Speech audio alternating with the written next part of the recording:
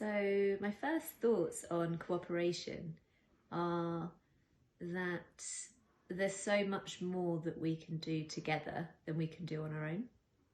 And I think it's really an expression of our humanity. But it also made me reflect on how many of the systems within which we live don't easily facilitate cooperation. And actually I noticed a certain sadness in myself when asked that prompt question about how do I feel around cooperation, almost a yearning for there to be greater levels of cooperation in our world. And I think that's something that we can strive towards. Hey, my name is Thomas. I'm from Copenhagen, Denmark.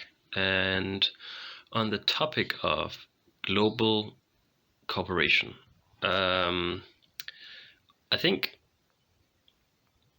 like one could call globalization something like global cooperation, but that's kind of also very narrow.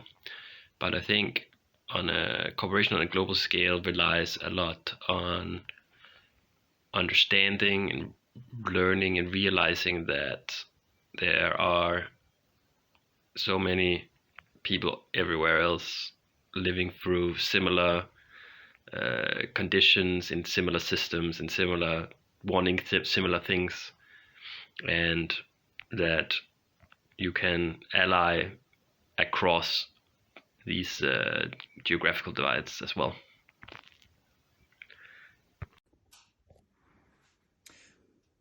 Cooperation is an interesting one. First reaction is, it's what really made mammals and primates successful from an evolutionary perspective.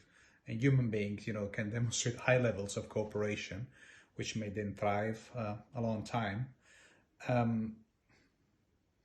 Another element which comes to my mind is also how sometimes in the wider cooperation, some competitive mechanisms can play a role. So what is called nowadays competition, which is an interesting way of looking at it.